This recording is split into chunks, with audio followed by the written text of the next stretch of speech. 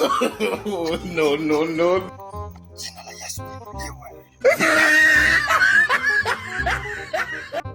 Jina la Yesu, jina la Bwana lazima liinuliwe.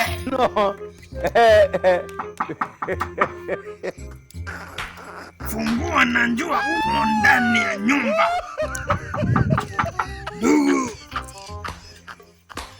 tunawaita katika nyumba la Bwana. Fungua ndugu.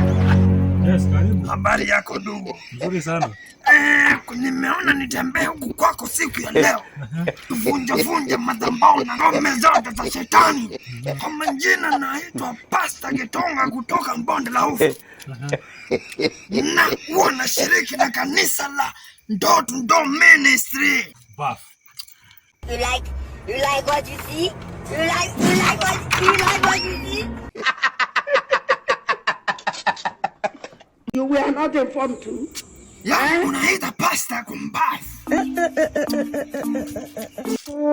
Ndugu, neno la Bwana linataka tushiriki wote pamoja. Tutoke hapa uende.